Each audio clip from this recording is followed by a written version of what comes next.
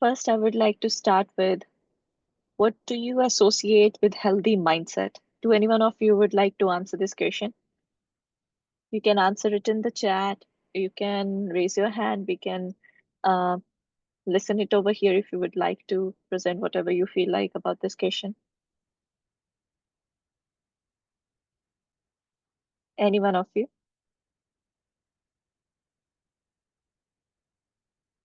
Other question. Have you ever felt overwhelmed or unmotivated during the school year? Does anyone of you ever felt like that?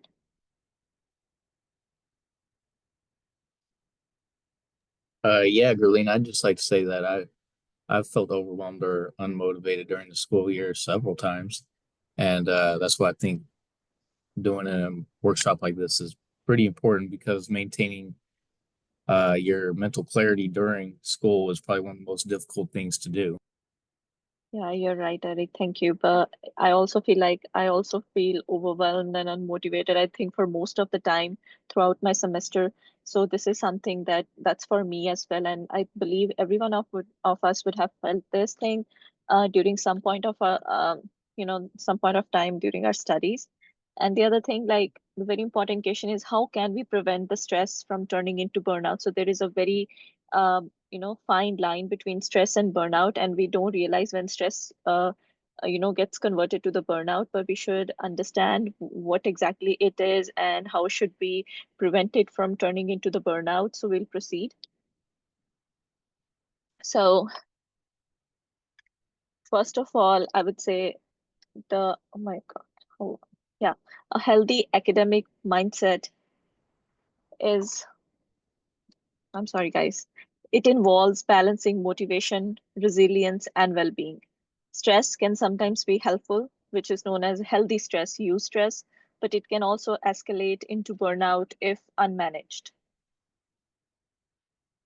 Other thing we should be able to understand, we should be able to recognize and manage burnout. There are three defining characteristics of burnout: feelings of energy, depletion, or exhaustion, increased mental distancing or feelings of negativism related to one's job, to our responsibilities, a sense of ineffectiveness and lack of accomplishment.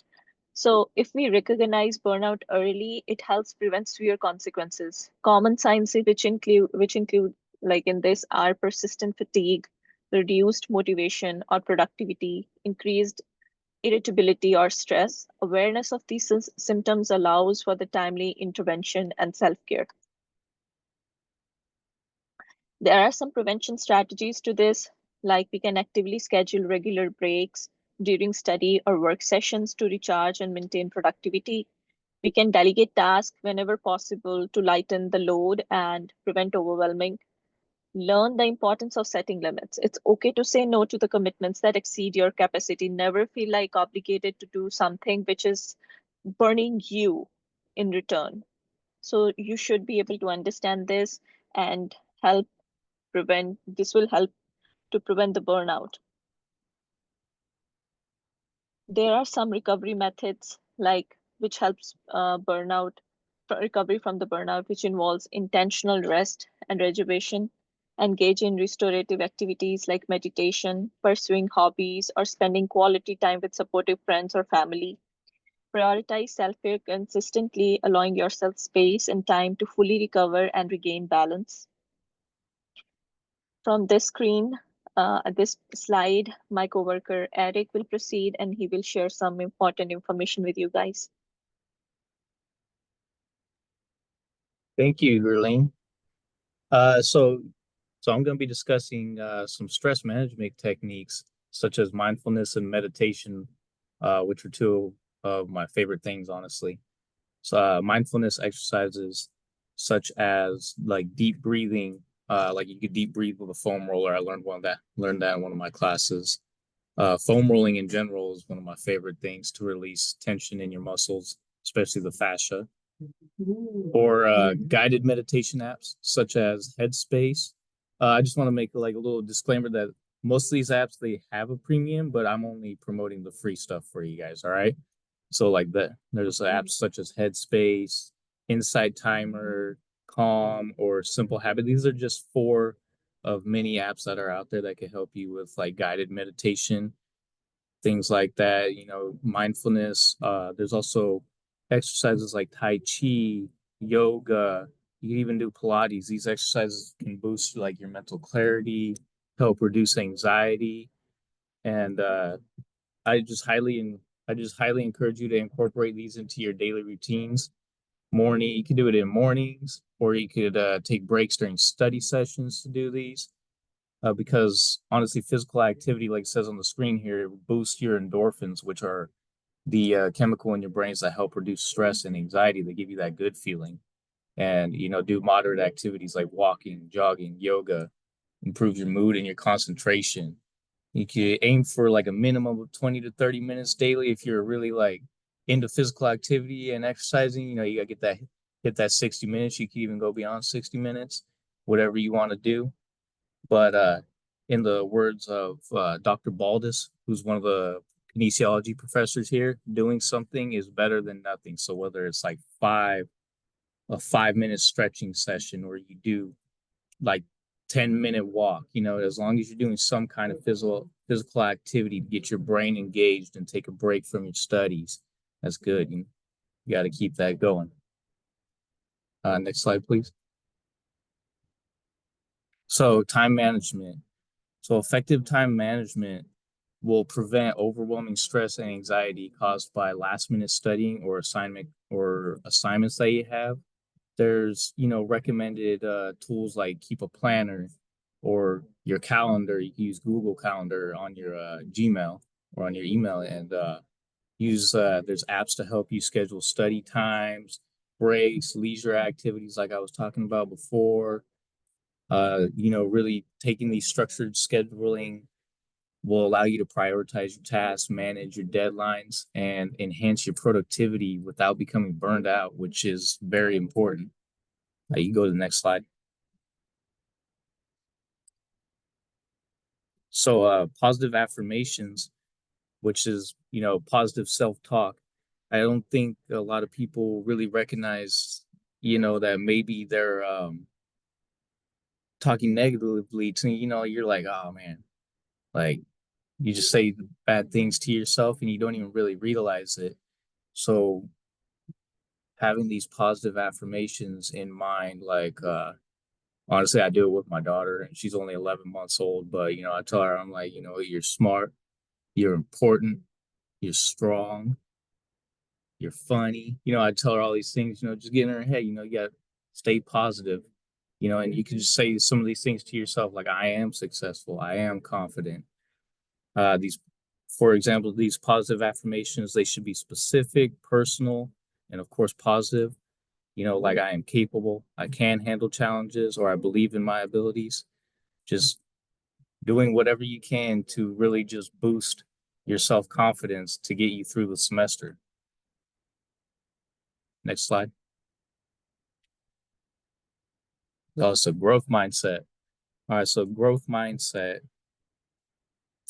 is essentially the belief that your abilities and intelligence can be developed through dedication, effort, and learning, rather than it just simply being fixed. So really, when you think about it, it's just you're embracing the challenge of being in school and, kind of like conquering, honestly, every subject that you're in, whatever class it is. For me right now, it's my performance related fitness class. That class is something else, but I'm embracing that challenge because it's a hard professor, and I'm persevering through if I don't do well, which helps build resilience, which we'll talk about later. And you learn from criticism rather than being discouraged, which I think is one of the most important ones, not just in school, but in life in general. In the military, you learn that uh, really quick, because you're going to be criticized a lot, as many of our veteran students in this program know.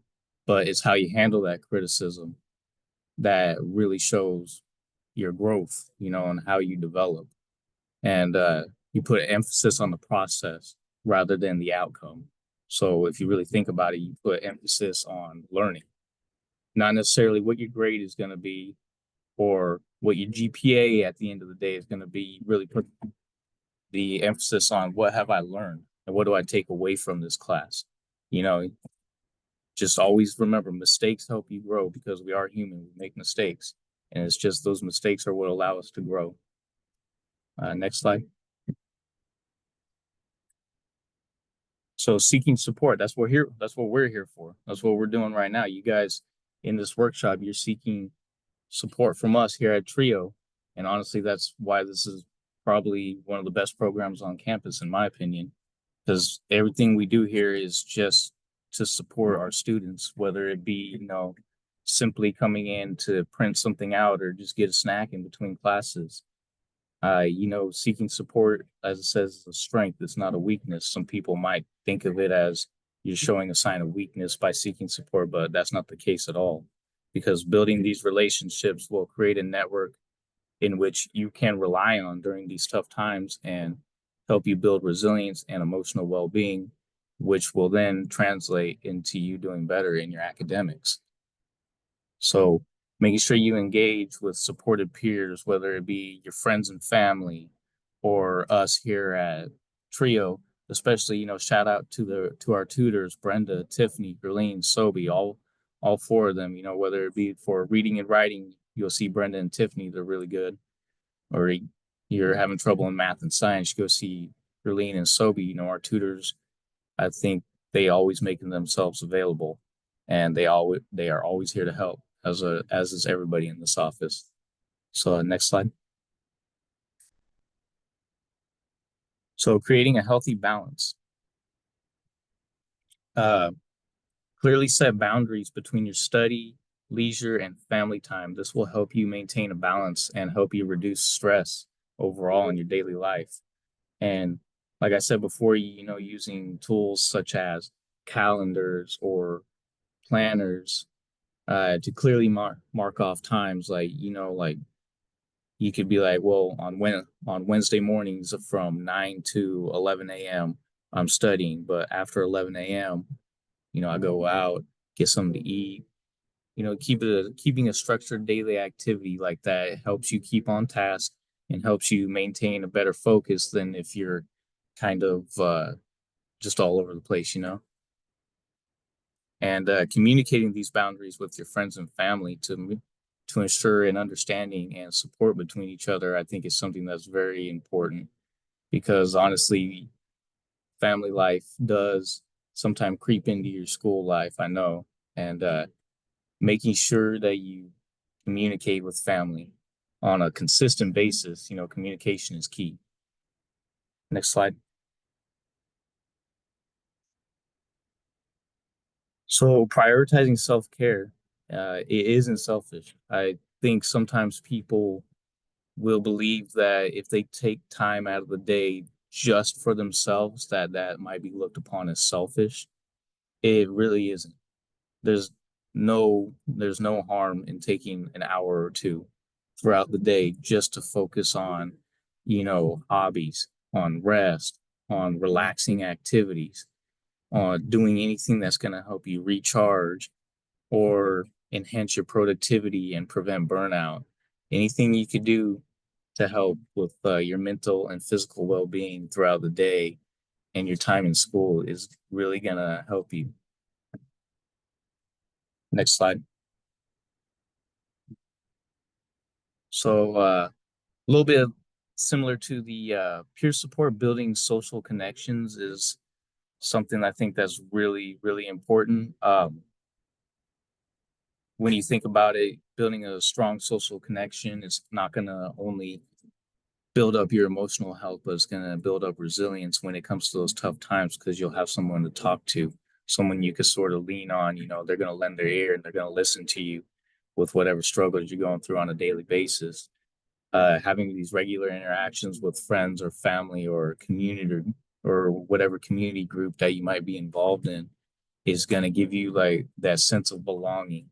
And it, I believe as humans, having a sense of belonging wherever you're at is going to give you help you maintain a positive attitude, and it's going to give you more motivation to do what you need to do to be successful. So, actively invest in these relationships by reaching out, checking in, staying connected, just simply reach out to somebody, give them a text, say, "Hey, how you doing?" Something as simple as that can just be can be really important, honestly. And so then we'll go on to the next slide, and my coworker Gerline, she'll be taking over from here.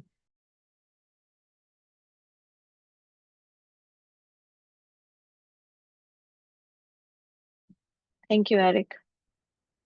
As we all know, the finals are approaching, I'm sorry. And there is it's very important for us to pay attention to them because this is very crucial time for all of us as we're gonna get our grades will be decided on to like this last span of time and either if we'll study we'll get good grades, we won't, we will be lagging on to them. And there are some effective study strategies for the finals which I'll be discussing now. So I would like to say active learning is very helpful because it helps you enhance understanding and the retention of information. The methods which include active learning are like teaching others, creating and using practice tests, summarizing key concepts in your own words. So by actively engaging with the material, you strengthen your memory and identify the knowledge gaps early. There are some tips which will help you in the finals, like study in groups, make sure you're well rested, drink water instead of caffeine or sugar to prevent falling asleep during late study nights, get enough food, including breakfast. Then spaced repetition. This is another important thing which I think majority of us miss on. We do not repeat what we have studied. We feel like we have studied enough and we are ready for the exam, but in actual we are not. Because if you won't repeat things, your brain won't be able to retain them, and your memory of the thing you have read won't help you to get good grades or to ace the exam. So you have to repeat it as we are the spring break is coming. You can start early and you can study a little bit every now and then you can start repeating it until your final arrives. This will really help you. Spaced repetition, which involves studying in short intervals rather than cramming in a single session, regularly revisiting material over days or weeks, that helps your brain to consolidate and retain information more effectively. Use scheduling techniques. As Eric mentioned, there were some apps. You can use like flashcards, you can use those apps, you can space repetition apps to reinforce learning. So there are many free online things available which can help you to enhance learning.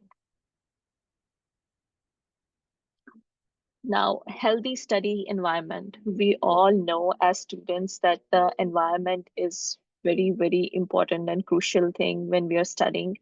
So a healthy study environment directly impacts focus, productivity, and learning outcomes. Keep your study space organized, keep it comfortable and free from distractions, no phones, unnecessary clutter.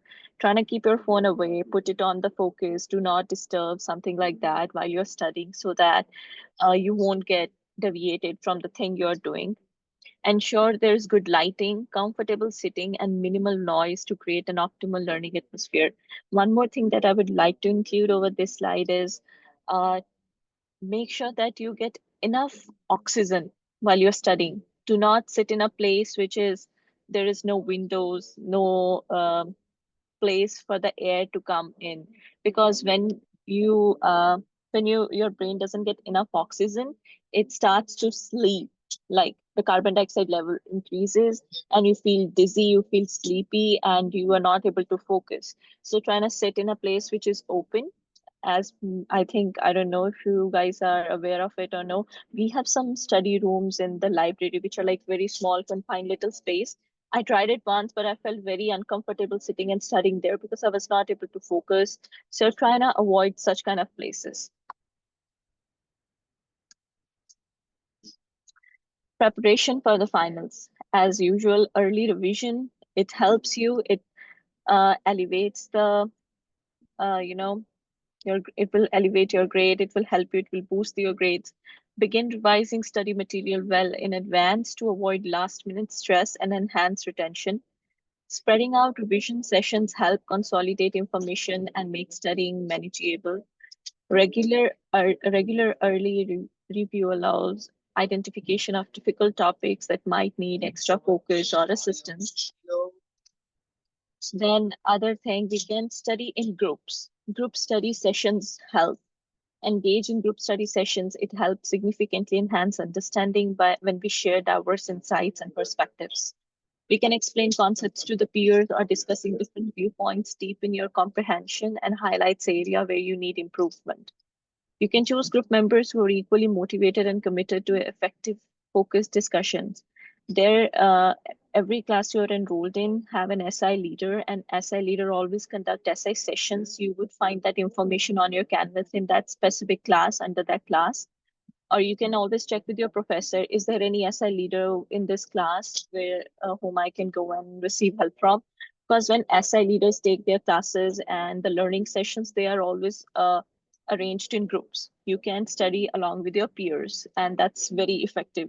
In fact, today I'm also going to go attend my anatomy and physiology group session, SI session, and it really helps you to understand the complex concepts because you get to understand and know what are the other viewpoints of other people, other person in your group, how they learn it. Sometimes they know the techniques which are way better than our own, and we are just stuffed with our own techniques which we have to improve on to if we don't want to get stuck in there. Then there are some healthy habits like adopting balanced nutrition, having adequate hydration, sufficient sleep. It will help you to improve your cognitive function and academic performance. Nutrition and hydration affect concentration and energy levels, while proper sleep enhances memory retention and it always reduces fatigue. Prioritizing your health ensures you are at the best you are at your best in academic, in your physical, in your physique, and emotionally as well.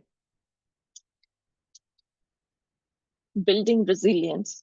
First of all, we need to understand what resilience is, and then we have to build onto it. Resilience is your ability to rebound, bounce back effectively after setbacks or difficulties.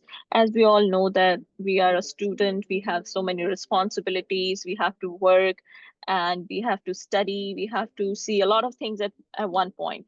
And sometimes we feel like this is so difficult, or sometimes if something bad happens, we're always thinking about it and we're like, life isn't going the way we want it to. But you have to learn from those bad incidents and make your life which is the coming ahead in front of you more easy. You have to learn what I can improve on to my life which is coming, which is in front of me.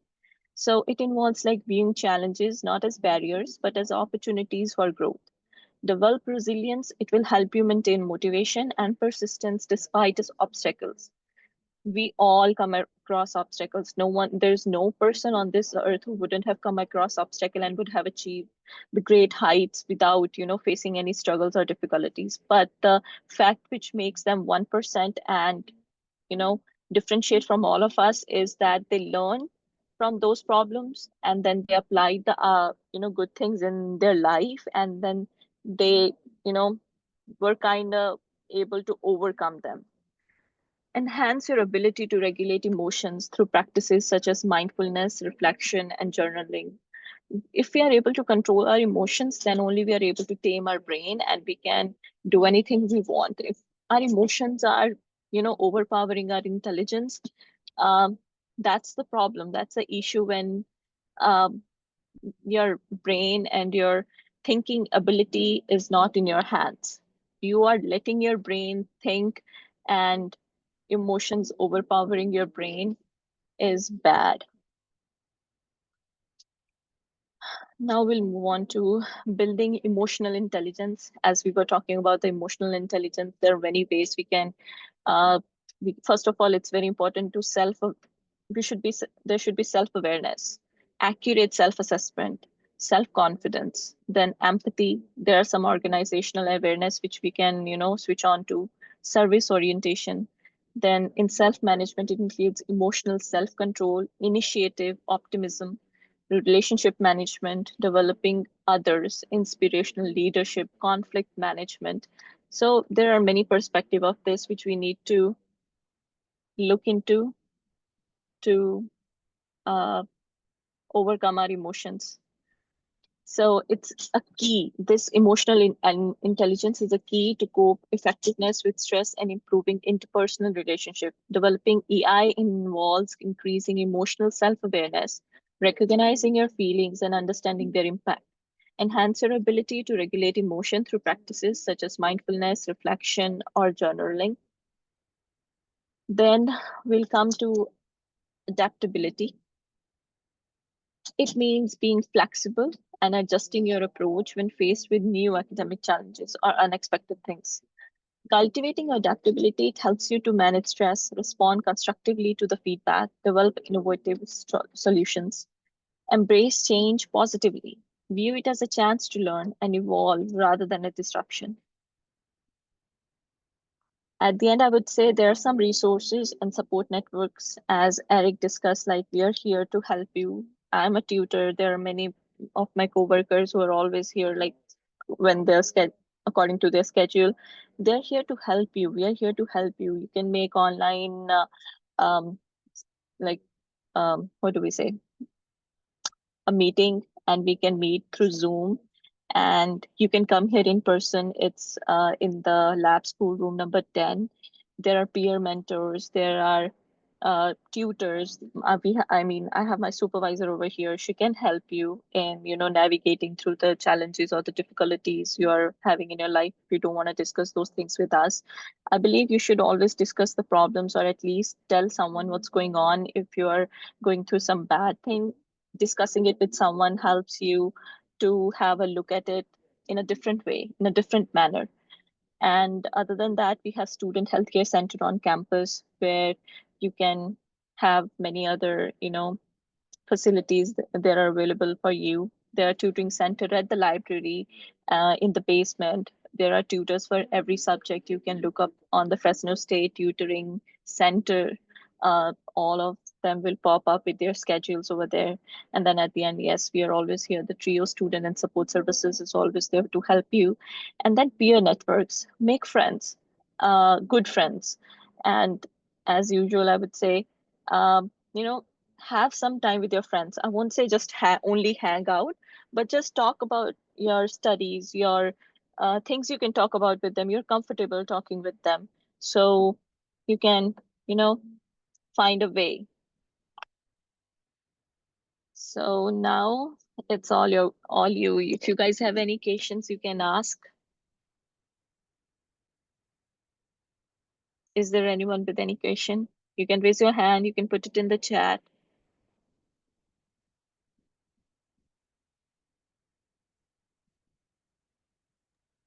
Well, all right. If there's no questions or comments or concerns, we'll go ahead and close out our workshop. I just wanted to make a quick reminder for everybody that joined the workshop today. You don't have to fill out any forms for this. Your attendance has been logged, and we've taken attendance that show that you guys attended this workshop. So there's nothing on your part that you have to do. You guys are all good. Thank you for your attention and for joining. Hope everybody has a great day, and I hope you learned a lot from this. Thank you so much for all joining. And if you have any questions, you can ask, or you are more than welcome to visit Lab School room number 10. Talk to your supervisor. I believe you all have um, a mentor assigned. You can talk to them if you would want to. So yeah, thank you so much for joining us today. Okay.